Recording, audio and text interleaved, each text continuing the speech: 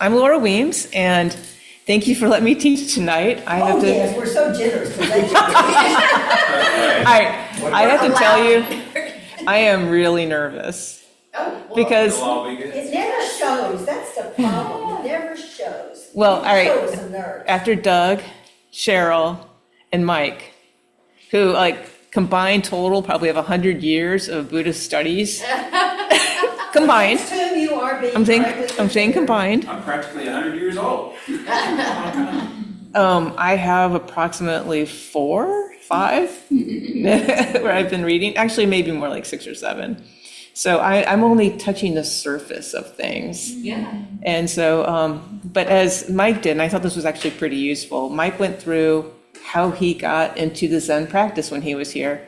And this is actually a nice transition from the Theravada, then to Tibetan, and then Zen. And then an extension of Zen really is secular Buddhism. So tonight's class is about secular Buddhism. And it is exactly probably what you think it is. And there are many books on this, and most of the books I've read are by Stephen Batchelor. But I'm sure there's other teachers who teach secular Buddhism that I'm not read yet. So most of my information can come from his books. But what got me on this path was I was raised, like most people, in the United States with a church. And around 12 years old, the church that my parents belonged to started transitioning from a very conservative Episcopalian church to a more, a different kind of Episcopalian church. And I was in confirmation at that time. And I remember as a 12-year-old watching the attitudes and beliefs of people towards other people change. And as I was watching them, I started questioning it. And I was just at that age where you could start questioning things like, why are they doing that? And one of the things that changed was people started saying things, especially in confirmation. And this is when you're supposed to be learning how to be a good Episcopalian. And the church had gone from pretty much the high church, following very close to Catholicism, to a very much a new age kind of Episcopalian. They actually kicked out the minister, the whole long story. And we were actually friends. We really liked him. But the people who were there started saying things such as, well, if you don't believe in Jesus, you're not going to go to heaven. And as a 12-year-old, you're like, well, what about people who never heard of him? And what about the Jewish people? And then I couldn't understand why you would say something like that. And then they were like, if you listen to the Beatles, and I love the Beatles, that you were going to go to hell. If you practice magic, and I loved magic as a kid. And I remember throwing away my magic set in tears because I was told I was going to go to hell if I practiced magic. And then I started thinking, this is really weird. Why are they telling me these things? Like, are all magicians going to go to hell? And I'm very, very impressionable at this age. And as I started getting older, my parents stopped, making me go to church, and I started making my own choices. So by the time I was a teenager, I was making my own choices, which I give my parents credit for that, because I think a lot of parents would have said, you must do this. They didn't do that with me. They just said, you do your thing. So I started, taking odd jobs and doing what I want. But as I was going through this transition, I was trying to figure out, what do I believe in? And that never came clear, because I was like, I don't really get any of this. And I went to Catholic schools and Episcopal schools, and I got a lot of religion, but I questioned everything. And so I always came in with that questioning attitude. And so when secular Buddhism first came, to my attention, probably, I don't know, Scott, 10, 15 years ago. Yeah. Like that, 10 I years guess ago, in my 20s, I was a staunch atheist. And it took me until my 30s to actually tell my parents I was a staunch atheist, because atheism was almost that was worse than anything. Like, Worse than magicians. it's really worse than magicians. And I was also at the same time wanting a community, and we had moved to Alaska when that was our first tour of duty, Scott and I. And I remember asking him, we should find a church, because that's how you find community. But we never did, remember? Yeah, I forgot. Yeah, no, we never did. The town had 200 people, so Yeah. it wasn't going to be much. And then we moved from Alaska to New Orleans. And I remember thinking, again, we need to go to church. We went one time to one church, and then they came knocking on our door afterwards, and we're like, we're never doing that again. That was a mistake. They found us. And I'm like, I don't need community that bad. Yeah. Yeah. And then I Feels started. a little aggressive. Yeah, exactly. But so when I came to EBS, what I loved about EBS was you could practice a Buddhism that was either your religion or your philosophy, but I liked the people. And so I found my community in this group of people. And so I personally have tried almost all the groups, not all of them, but nearly all the groups. And I learned something new in each one and something that I try to put in my own practice. And ironically, when I started reading the books from Stephen Batchelor, he went through the same phase. He did it a little more wholeheartedly, though. So, Karen, all right, so I'm not picking on you, but I have seen your reaction in class to some of the questions that come up. And you're like, huh? I had nothing. Yes, well, so I think one of them was like the spending a year with generosity as a paramitra, and the year of Yes. generosity, and some other questions. But think of those questions that you've had during the classes. And anything come to mind? Like some of the things you're like, I'm not so sure about that. Anything involving reincarnation. Reincarnation, okay, that's often a common question. Anything that made me feel like I was in church or talking about church. Yeah, so I just dogma, like the Yeah. dogma type. Yeah, the- yeah. Chanting. Chanting. The chanting. Yeah. So, yeah. Things that make you feel uncomfortable, that it's, yeah. So that, those are all things that secular Buddhism tries to look at. And the thing about secular Buddhism is, and I'll get more into what it is, but these are the things that Stephen Batchelor in particular says, I also wasn't so sure about the metaphysical properties of reincarnation. And I wasn't so sure that karma really was going to come back to me. Like if I step on that the ant was going to somehow, that bad things were going to happen to me. So he goes into these things and he tries to address them. So as I'm going through tonight with some of his teachings, please ask those questions, because if I can remember what I've read or heard, because I've listened to a lot of his lectures, and I've read 3 of his books. So the books tonight that I'm mostly going off of, and I can email everything to you too. His book on Buddhism Without Beliefs, that was in 1997. I think probably his first big book. Now he, prior to that, had been a Tibetan monk, and he did have other books that he had translated and written. And for the Tibetans in the class, the Way of the Bodhisattva was one of the books that he helped translate. And that's a really big book in the Tibetan canons, I guess. Shanti Deva's book. Yeah, Shantideva's book, yeah. The other one was Confessions of a Buddhist Atheist, which has a great title. How did I miss that? And then After Buddhism. So the Confessions one was 2012, and then After Buddhism was 2015. And then there was one I picked up at the library but haven't read yet. It was Socrates and Buddha. And so, yeah, so I think I've given you enough background who I am. And I am, in a way, just only have my own experience. So I think the nicest thing about Stephen Batchelor's books is he wants everybody to know that their experience is true. It's their experience. So if you don't agree with something he says, it's perfectly okay not to, because everybody has to find their own way. And Rob, you had mentioned the path. He does mention that a lot. That's awesome. So I'll get into that. That's awesome. So broad strokes. I got Stephen Batchelor. So Stephen Batchelor was born in 1953, so he's in his 70s now. He isn't the first person to look at Buddhism and try to take away some of the more mystical and things that don't really relate to the Western philosophy, today's philosophy. So he learned from others, but he did start out as a Tibetan monk. And so he said he didn't excel in school. That was one of the things in his autobiography, which is Confessions of an Atheist. He did or did not? He did not. Did not. He did not excel in school. He did not like school. He liked photography. He was all into the existential crises that normally hit us in our Yes. late teens, early 20s. So as he was going through those existential crises of who am I, why am I here, what should I do, what should I believe in, he actually basically went off on his own. He traveled all the way to India. And in his book, it's actually really funny. He has a lot of stories how he met people, but then he fell in with the Buddhist, the Tibetan Buddhist, and he stuck it out. He's like, I like this. I get it. I have something I can follow.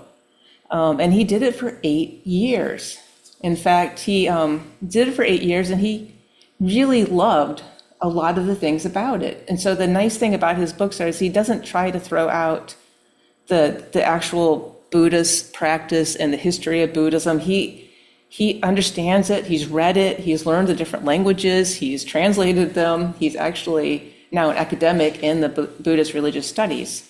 But he also recognizes that in addition to this, that there's got to be a way to transition Buddhism, just as they did thousands of years ago, from India through Tibet to other parts of Asia, such as China and Japan and Korea, that as it's now moved west, looking at and adapting it for the Western philosophies. So that's what he is trying to do. Big picture is adapt it for the Western philosophies, just as we adapted it, or they adapted it in Japan for the Japanese culture, looking at holistically from our culture and how do we apply them principles. But as he was there for the 8 years, he started questioning things. And it's funny because in your 20s is when you really begin to question things. He had already signed on and become a monk by the time he started questioning things, from what I gathered. And if you were watching this now, he'd probably laugh. He's like, that's not at all what happened, but that was That's your my experience. experience. Oh, his story. That's my experience of his story. Is what I got was that he started questioning things, especially things and like the karma and the reincarnation. And in the 70s is when he was there. This was taken very literally by the community amongst he was in. And there were at times at which he thought, this doesn't seem right. It doesn't feel right. You're saying some things don't feel right. Yeah. So he picked up again and as a monk started traveling. Now, I've read two things. Neither he, disrobed to travel or was traveling as a monk. Either way, he made it all the way to Japan, tried some of that for a bit, but didn't really sign on, and then made it down to Korea. And in Korea, he fell in love with and that's what I was trying to find out from the Zen teachings last week and the previous week, like which teacher. I think it was a different teacher, and he was there for 4 years and became a Zen monk. So he spent a lot of time as a monk. And in all these times, he started learning the languages, learning, all the history, reading the Pali Canon, and going back. And so everything he teaches is based on the actual text.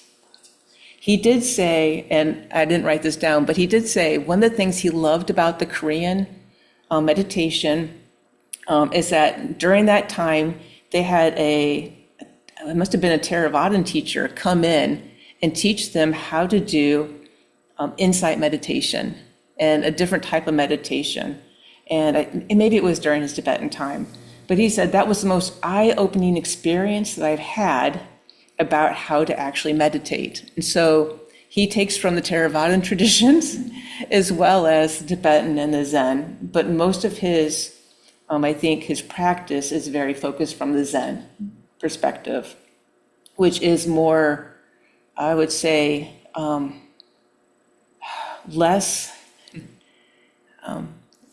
colorful than the Tibetan. Yeah, Literally. Black and white. it is literally less colorful. Yeah. So then in the 1980s, he eventually, he met his wife while in Korea. She was a nun. Just gets better and better. Probably does. And they're still married. They live somewhere in France now, I think. But Where is he from originally? I missed that. yeah, he's from Scotland. He was born in Scotland. Thank you. Okay. Yeah, so he's British, and he actually, but he lives in France now. I don't know if his wife was French. I didn't get that far into the biography. But he said that in the Zen practice, they spent 3 months at a time purely meditating, and then 3 months off, and then 3 months on. And he said in 3 months off, that's when he started exploring other things. In the Zen practice, what he loved a lot, and this is where, me personally, I find myself drawn to different aspects of different practices. Mike mentioned it during the Zen talk, is that meditation isn't the only time when you're being mindful, but you're being mindful when you walk, when you're doing the dishes. What Bachelor said was they practiced it with their art and with their poetry and with their writing. And so in Korea, that they practiced their meditative state while doing everything. And he said he loved that aspect of it, and that's something he still practices, having that meditative state, and he does it when he's writing. And he says, like when he takes out a blank piece of paper and it's formless, and he puts the first word down and starts adding form, and how if he's putting himself into a meditative state, that the creative juices are able to come through. So that's how he uses it practically. But I think he may still teach if he's not fully retired. But for a while there, he had retreats and such. I don't think he's doing any of those anymore. I couldn't find anything online. But a major premise to his teachings is that the Buddha didn't actually live 2500 BCE. He lived more like 500 BCE. No, 5th century, excuse me, 5th century BCE. So yeah, 400 to 500. And the reason is he believes he was around the same time as Socrates, Aristotle, and Plato. And he's not alone in that thinking. I think he read some other historians who believe that Buddha was more at that time, and it would align with the other Western philosophers who were trying to discuss, what is central to Buddhism, which is the problem of suffering and dukkha, and how humans might find a way to reduce or alleviate that suffering. And so he places him at that time. So he says the teachings of the Buddha are practical and experiential. So I And- have a pause. yeah. Why would we place him earlier? Why would we? Oh, As a- I think that the other historians, perhaps in the canons, the Pali Canon, have him placed. About the difference between 600 versus later, like 400, is that? Oh, I thought he was- Which, Thousands. I thought it was like 2,000 years. I thought it was 2,000 years From difference. today. From, From yeah, it's today, 500, yes, but not. 500-ish BCE. I'm not sure what we're talking about. I And then was- it was people the argue date. incessantly, was it 600 BC or 400 BC Oh, or that's 500 that's BC? closer. Right. So it is that close. The arguments were that close. I mean, that's the Oh. academic kerfuffle I'm familiar with. Okay, that's fine. I've read about that too, You know, yeah. what was it I'm fine with really that. all the way That's a back, little closer than. like Yeah. at the time of or before the Greek philosophers, or was it after the Greek philosophers, and maybe you heard about some of that? You know, there's all of this question about thank you. who influenced who. It wasn't at the time of the dinosaurs. Right, No. That was a couple After thousand the years art, later, yeah. before the dinosaur, anyway. Yeah, thank you, because I didn't know that whole history. So, no, Thanks. I Yeah. just want to make sure, because then that could be weird. But he wanted it more to be contemporary with. That's what his thinking was. He's more contemporary with Socrates. Right, they were both percolating at the same time. Yeah. In parallel ways. In parallel ways, yeah. Well, you hear about Stoics, and that so much of what they talk about Oh, yeah. were they at the same time, or Well, is the that? Stoics are later. Don't get me started on philosophy history, but the Stoics started with the Greeks, and of course they were the Roman, like Marcus Aurelius, the Roman emperor, who was the famous Stoic. But I think we're a few centuries after this period, after Aristotle and Okay, Socrates. thank you, that's what I thought. Yeah. you think Buddha was after? I'm saying the Stoics were a little Yeah. later Maybe a little than this later. period we're talking about. Yeah. But Buddha is still, we're still just, that's still, who knows? Does it really matter? Well, because I don't remember the origins of Stoicism. I don't remember which Greek philosopher was considered. There's the Cynics and the Stoics, the Epicureans. This is my Rain Man. When were the Stoics? It was like about 300 BC, give or take. Okay. So it was after this, A little later. okay, Yeah, thank you. yeah, a couple hundred years later. Okay. That's awesome. Thanks for calling me your Rain Man, though. I appreciate it. That's really awesome. So what Stephen Boucher was trying to say is, as we're moving forward into the 19th and 20th century, it takes hundreds of years for this type of religion to be really understood and pick up teachers and gain traction anywhere you put it. It doesn't just catch on right away. And then what he says is, for us to keep Buddhism in our Western societies, we need to adapt it.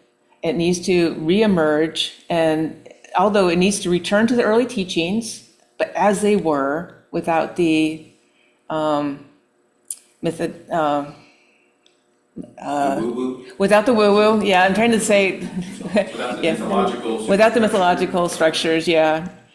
We need to filter it through modern psychology and science, so people are able and willing to adapt. Science. And shift from a religion to a practice. So he even takes the Four Noble Truths and he makes them Four Noble Tasks. Oh, that's fantastic. Yeah, so he wants to return to the early teachings, but do so in a meaningful way where we can actually practice what he was taught. And he thinks this is still true to what the Buddha was teaching.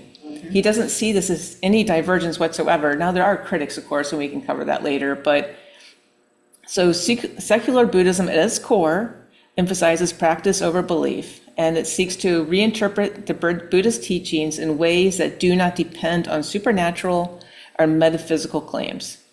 So this includes re-examining, not necessarily, he's very agnostic, and he stresses agnosticism versus atheism in the sense that he thinks everybody should stay open. We can't disprove rebirth or karma, but we can't prove it either. So he's very agnostic, and he thinks that being agnostic, I can see this actually several ways.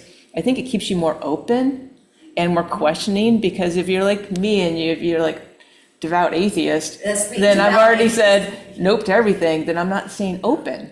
Right. He argues that by doing that, you're closing yourself off to other possibilities and creativity. I know it's No, I argue that since I have categorized that, it frees up my brain to be more open to things that are more. That makes sense. yeah. So I am trying to read him and understand it. I'm not saying 100% bought in. I'm just trying to understand what It's a he's very good summary. what he's trying to do and how he's trying to do it. But I'm kind of on the camp of where I was before. It takes a lot to sway me. I've But got only so much brain energy. so this includes examining the rebirth karma as a cosmic moral law.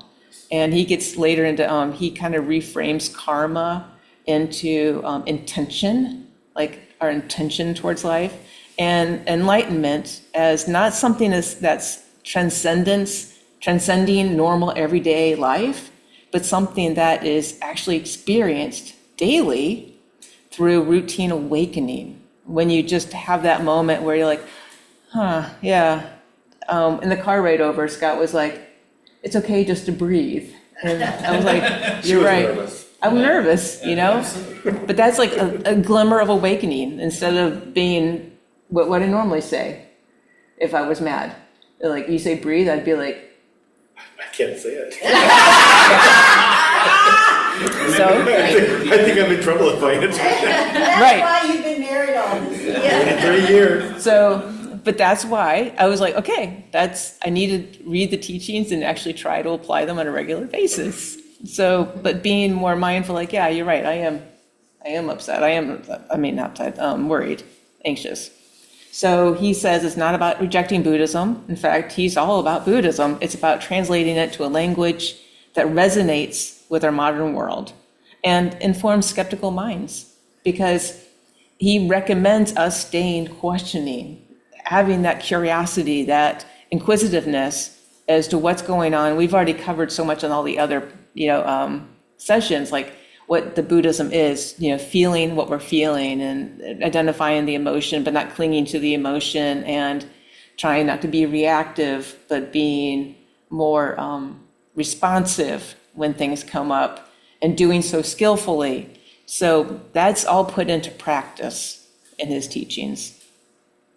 So instead of saying, what do I need to believe, reframing it into, what can I do to live a more meaningful, less reactive, aware life? And so that is really what it is for him. So that is secular Buddhism, not adopting a belief system, but adopting more of or at least practicing more. The 4 tasks and the 8 noble, and the 4 noble tasks and the Eightfold Path to get there. And he reworks them in today's words.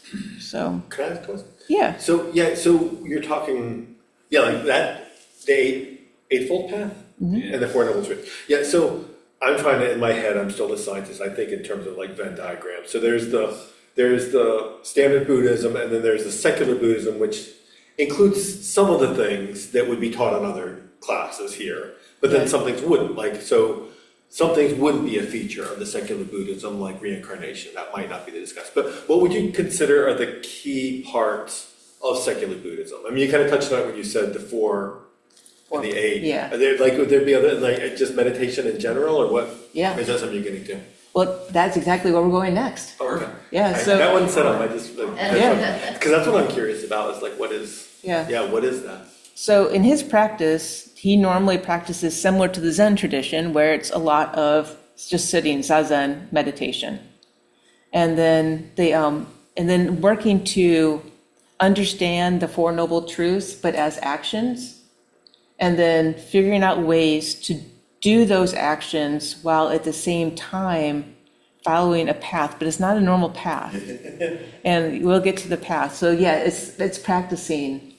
It's practicing this part of it, the core being the Four Noble Truths and the Eightfold Path, but reimagined or reinvented for today's age. So with the first noble truth being sometimes referred to as life is suffering, that's dukkha. Instead, he says, think of it as it's more of an invitation to fully understand what it is we're experiencing. And it can be what we're experiencing positively, like right now, if you're, I'm actually having a good time now. I was nervous before, but I'm doing okay. Like, all right, I'm experiencing this. And then if in 5 minutes somebody says something I don't know and I get nervous again, then experiencing that, but fully experiencing and fully understanding that experience.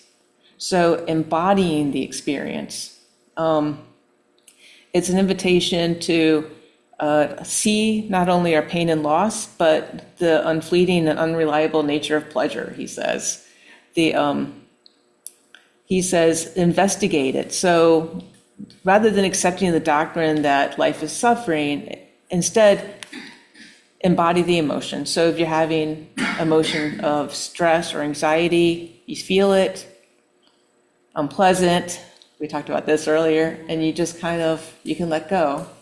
You don't need to pull on that string or follow down that path. You feel it, you're not dismissing it, but you know it's there, and you can say, okay, and then breathe, and then maybe in 5 minutes you'll feel different, maybe not, but embody that moment for what it is, and just understand for what it is. So a lot of us, I guess, and this is everybody, I think, in the world, if they have something that's unpleasant, like if I have a shooting pain in my foot, I'll immediately try to do something to relieve the shooting pain in my foot. I think, it was last week, we were here with Mike, and I was sitting next to you, and I was having shooting pain in my feet. And I brought my foot up to try to I could smell my foot. I'm like, all right.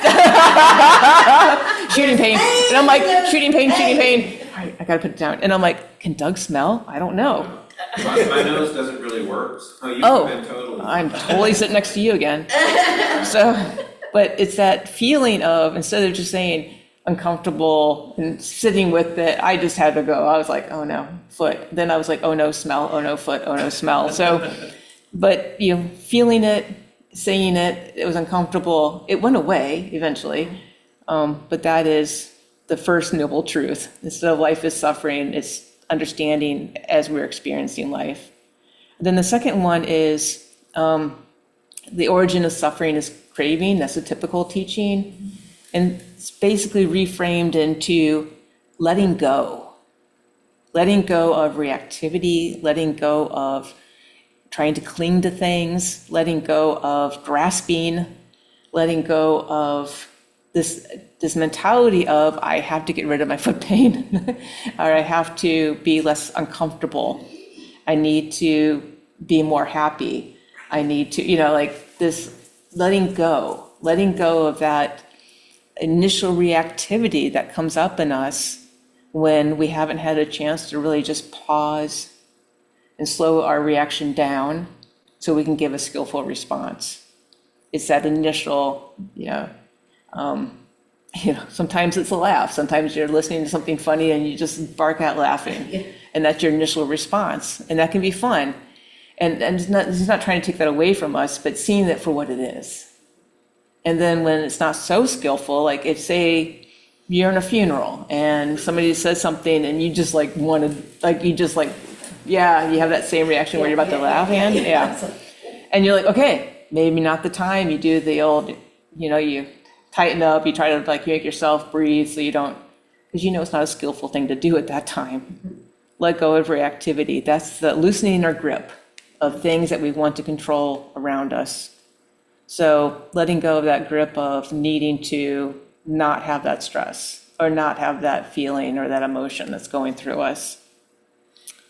The third one is often called the cessation of suffering or nirvana. And he reinterprets it to the experience moments of non-reactivity. So seeing those times at which we aren't grasping, we aren't clinging, we're actually in the flow. And he does go for a while, and I think a couple of his books, about the flow and how where you're in the flow. If you're an artist, it may be somebody who's just 100% engrossed in their art.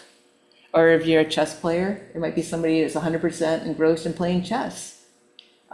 If you love to read, you may just be completely, into the book, and you're in that flow, but your activity is really low at that point. You're not grasping for anything, you're not clinging to anything, you're just enjoying that moment and seeing it. And sometimes those pass us by and we don't know they're passing us by. So that's his way of re-examining that third one, is that those small bits of time can be expanded as we talk about walk on the path, but as we cultivate the eightfold path. The path is wide. The path is wide, yeah. Yeah, the path is very wide. The path is basically our path. So it moves so he talks about removing much of the metaphysical weight of having this nirvana or enlightenment. He calls it an awakening, and that there's no metaphysicalness to it. It's the everyday experience where we find ourselves just being. And he goes, that is experience it, like really experience it.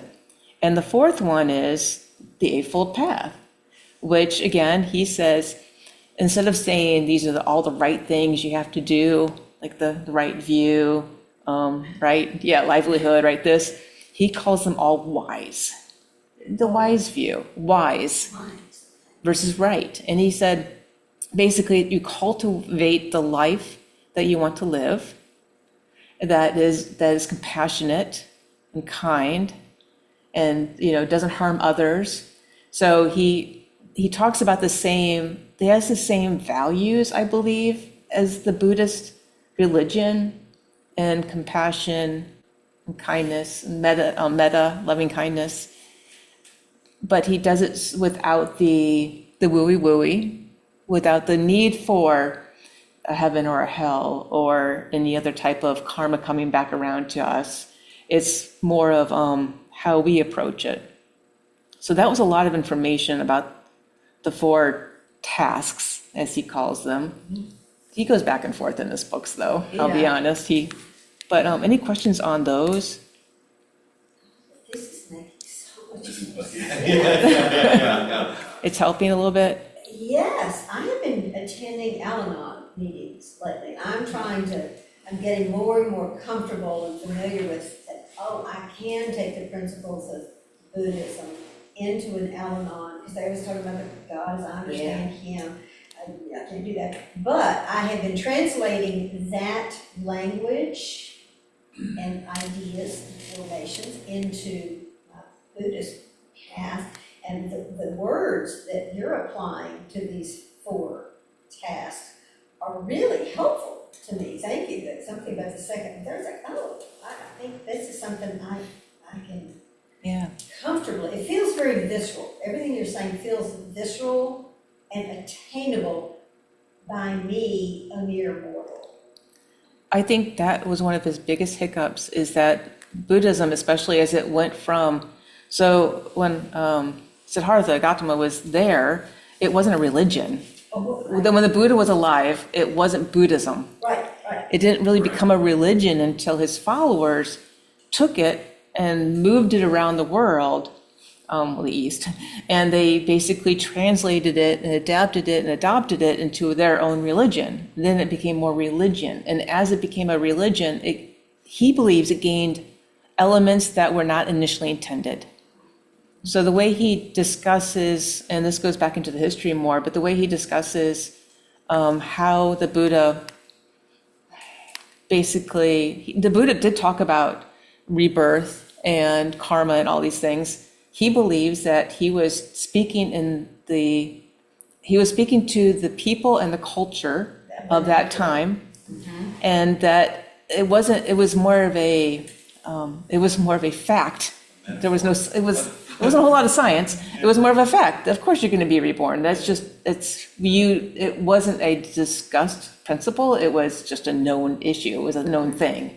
So the way Stephen Batchelor talks about it, he said, well, he didn't say that this is how it's going to happen. He didn't talk about the metaphysicalness of it or a God, and he didn't come down. He just accepted it as that truth for that area, and why there was nothing incompatible with him believing that and him teaching this. And that's why I think Stephen Batchelor puts it more as a philosophy, but that is counter to many people who do practice it as a religion. And I think it can be both. I think it could be a philosophy and a religion. Stephen Batchelor's biggest hang up with religion is religions, for the most part, have adopted an afterlife. And he said, if we could have a religion without the afterlife and without a God, then sure, this could be a religion. So it is, he kind of tries to navigate through that, because I think he understands a lot of people want to have a belief system. I want to have experience. Right, and he recommends you can have a belief system, but you're also, the way this would work best is if you have the experiential, and you know it in your own heart. So Anne, you were saying it doesn't make you feel good. Everything he says, you have to actually experience it. Don't just take my word for it. But he also says the Buddha said that. Yeah. So moving into the Eightfold Path as a way of life. Oops, got too big. He doesn't see it as he doesn't see it as a rigid ladder of spiritual attainment. But first you have to have right view, and then you have to have right intention. He goes, these things are all important, but they're interdependent. And he changes the right view to wise understanding. So wise understanding isn't about adopting the beliefs of karma, rebirth, and the other cosmology, but seeing clearly how our experiences unfold, especially through the lens of the Four Noble Tasks. So the Four Noble Tasks is the what. This is how, or maybe that's the how. I don't know. Maybe they're both how. As we're doing the tasks. As we're doing the tasks. The Eightfold Path will help you see the Four Noble Truths Yes. in your own life. Yeah. It's So when he talks about path, I'll get to path now because this is kind of the path. He describes path as you're in the woods and there's lots of trees and rocks and overgrowth, and you see this little line of open area, and you start walking on it. And you know people have walked there before, or something has walked there before because there's an open area. And so you appreciate that they've done that for you. But as you're on this area, you don't have impedances. You don't have things blocking you. You don't have things that are making you confused or telling you things that you don't need to know. You just know that this is where you need to go because you know, because you've experienced it, using these ideas of wise understanding and wise intention, which is his karmic understanding, being intention being non-reactive, kind, and compassionate when we're working with ourselves and when we're working with others, coming into our relationships with ourselves and others with wise intention. So, but as this path opens and as we're on it and as we're exploring it, keeping these ideas in mind, and that the path is really not necessarily it's not a linear A to point B. It is an area of opening with fewer obstacles where you can practice the Four Noble Tasks and use the Eightfold Path as a guide or a light maybe to help show you the way. So if there's ever a question, like, should I do this or should I do that? Do I laugh at the funeral? Do I not laugh at the funeral? You think maybe the best thing would probably not to be, so you don't. And This is a beautiful metaphor.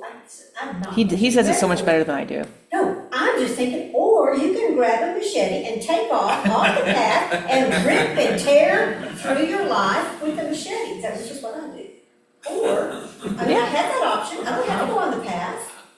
I can take the more violent approach, or I can say, ooh, this path is a little easier, fewer obstacles.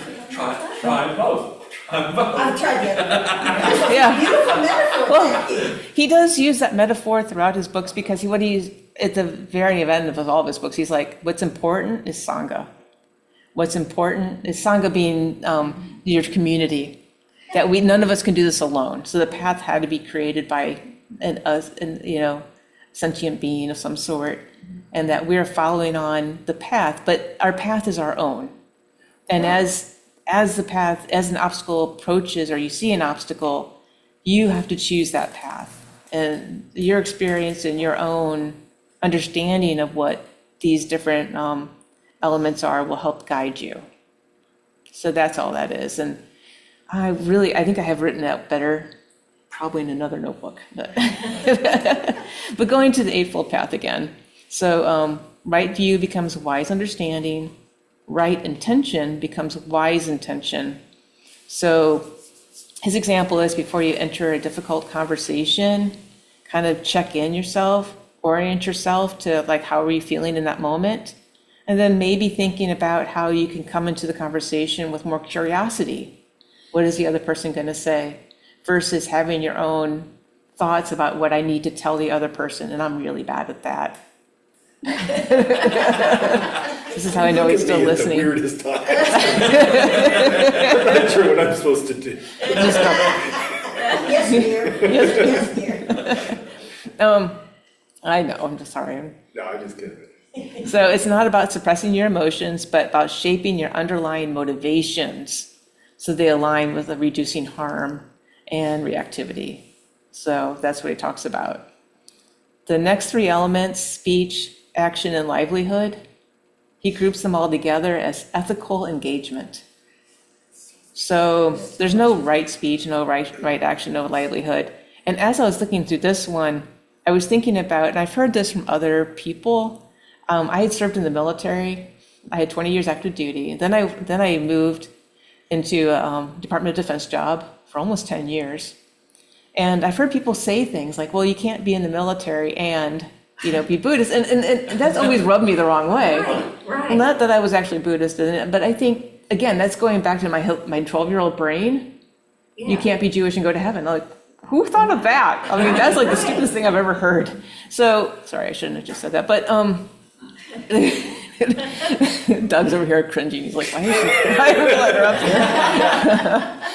But I'd anyways, get to see Doug but- Bridge. If you could do that, that would be awesome. Challenge. but You should go pick up a guy from the air base every week to come to the Buddhist group, so you know. Yeah.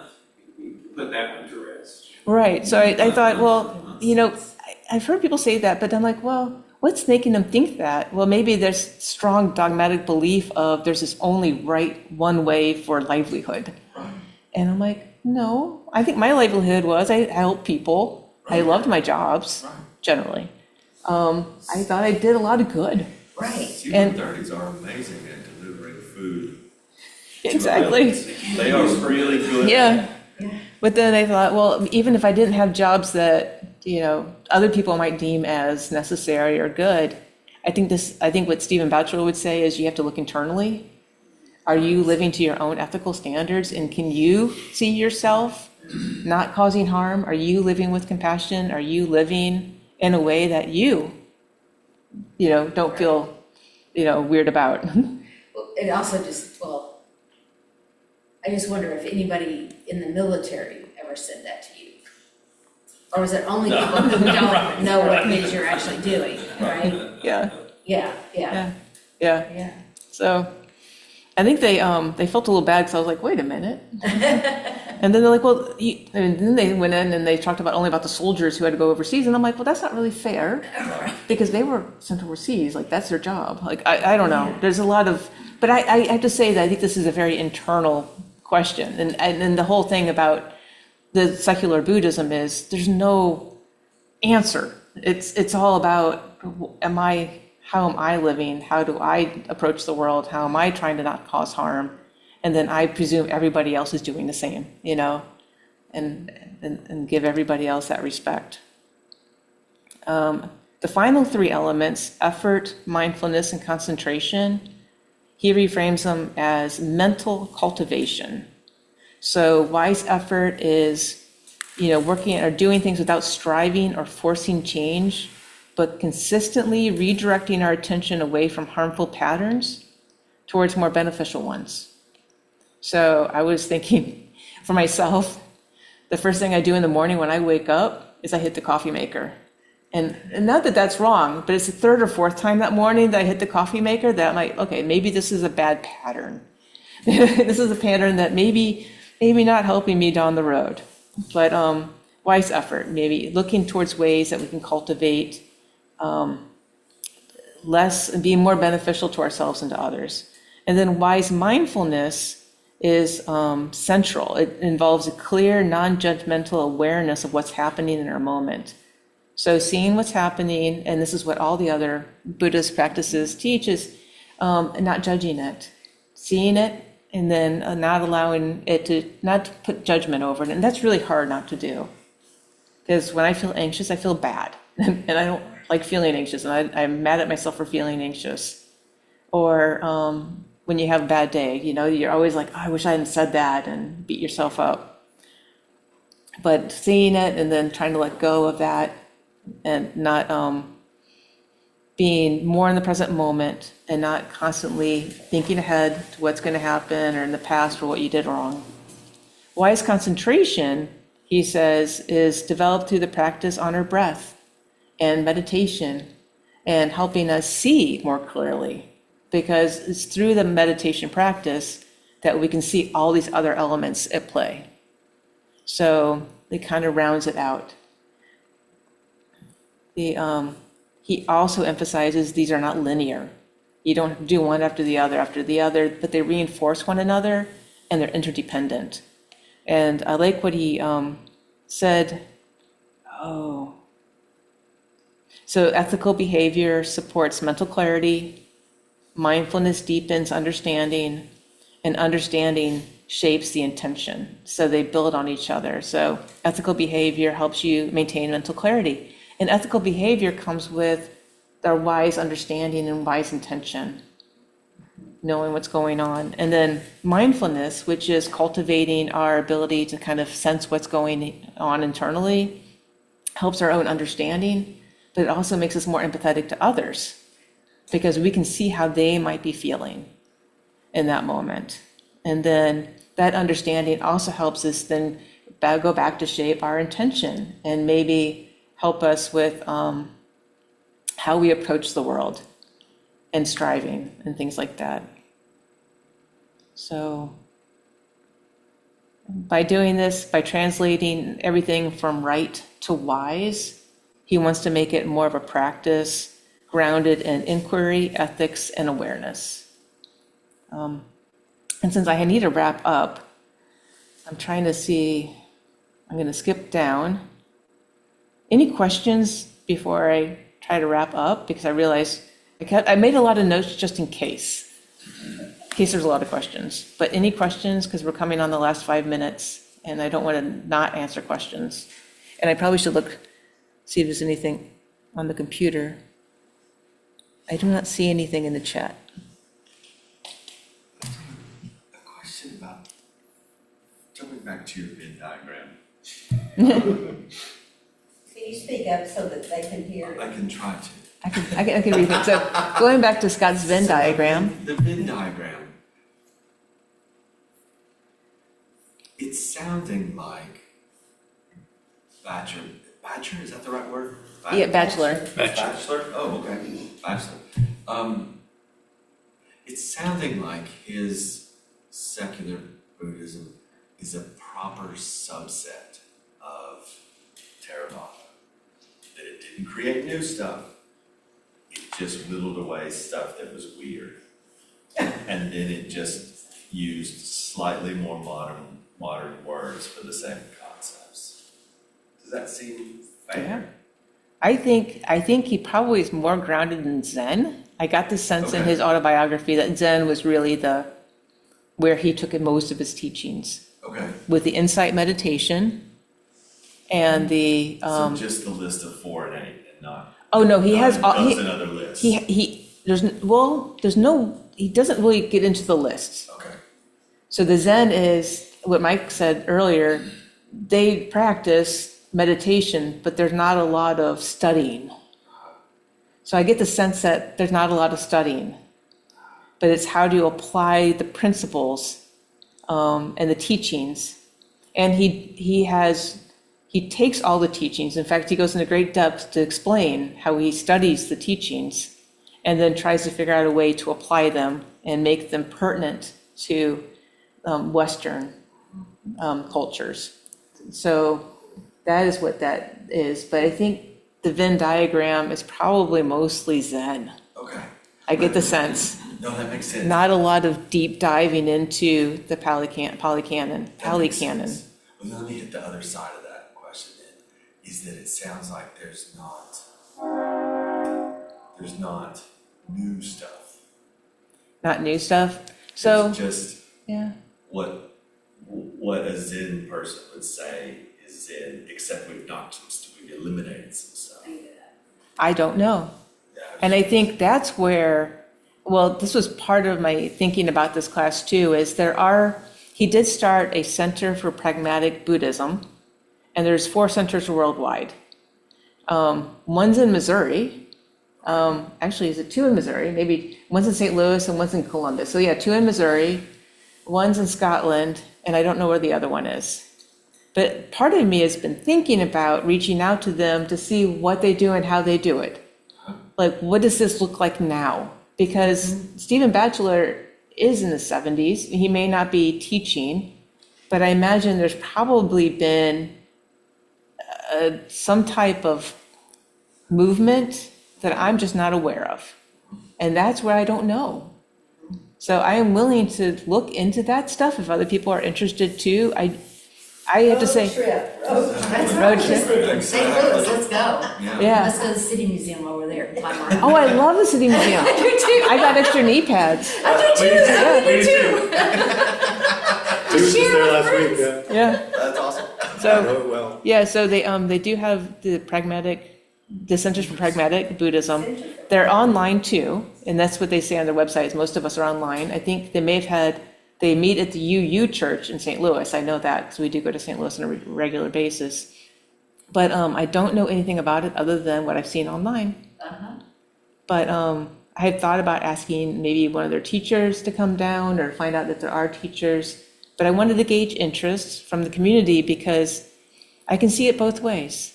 Most of our practice groups are founded in, the traditional teachers amongst the nuns and other lay persons who we followed. And I have learned so much from all of them. And all of them, I found elements of the practice that I have adopted as my own. But then I also see elements of the practice that I just don't adopt. And I'm okay with that. Yeah. It's not like nobody ever has said, Laura, you can't be in the Tibetan group because you don't believe in reincarnation. They've never said that. But if somebody asks a question, I'm going to give it my answer, and somebody else is going to give it their answer, and I'm going to be sure to say, this is just Laura's answer. So-and-so might have a different answer. So it's perfectly acceptable here to be secular in the practice groups. I'm not sure if we have enough people interested, and this is what I'd want to gauge, to create a secular, like a Center for Pragmatic Buddhism type group, or just a secular group. I don't think it has to have a, I'm interested. okay. So there may be interest, Me too. yeah. Well, it's 6:30, and I want to be cognizant of everybody's time. I do appreciate you coming, and thank you very much for online people for coming. I'm hoping I didn't just, Great. This You did is great. excellent. You did great. thank you. I do appreciate you coming, and if you have any questions, let me know, and I will try to clean up these notes. Yeah, someday I'd and email 'em like out. you to teach and not be nervous. You did great, Laura. Thank you. All right, I'm going to stop recording.